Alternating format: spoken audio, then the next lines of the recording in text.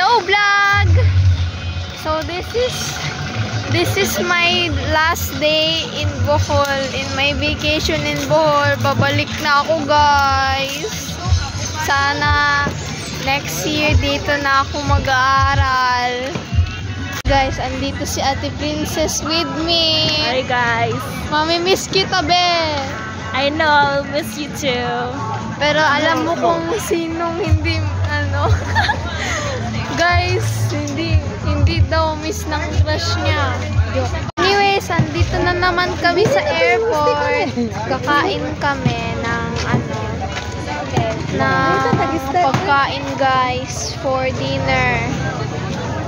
Ayan po, ang sarap. Ang sarap ng mga choices nila guys. Wow, ang sarap naman. Wow, ang dami namang pagkain guys. Kaso lang babayaran. Guys, 3 weeks. Alam ko na kung paano mag-Bisaya guys. Wow. Sarap talaga no.